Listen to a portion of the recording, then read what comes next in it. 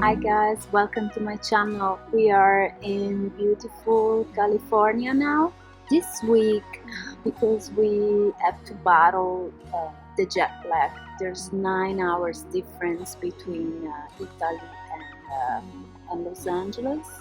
I felt like I was coming out of a spacecraft, so I think this is the perfect image to paint this week.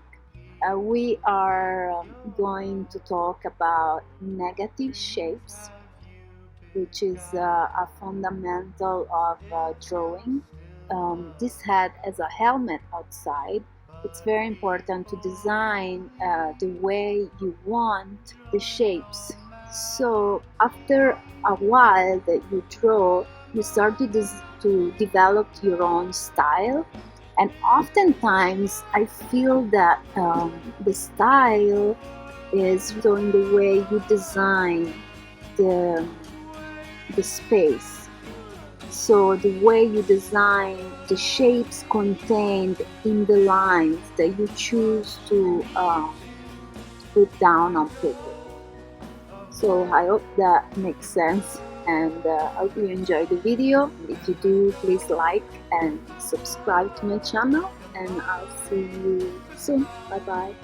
Let's get started. But today we're going to talk about negative and positive shapes, which is a fundamental of drawing. So why are negative shapes so important for drawing? Number one, proportions. If you focus your attention just on the object you're trying to draw, you are probably gonna miss the bigger picture. If you look at the negative space surrounding the object, you have a second shape that will help you to check that your object is correctly drawn. So basically we are talking about negative shapes as the background, and the subject is going to be our positive. When you place a line on a piece of white paper, when you place a geometrical form, let's say just a circle on the paper, you are already breaking the space of this paper somehow.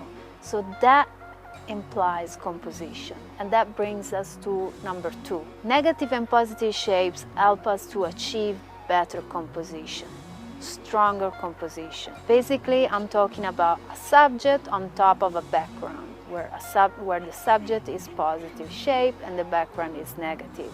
If you don't design well your background, your object will not have enough strength. Number three, think about the Russian dolls, one inside the other, like a stack, a puzzle. Once you place your bigger outside edges of something, in this case the helmet, then you can work on the opening of the helmet, and then inside you place your face.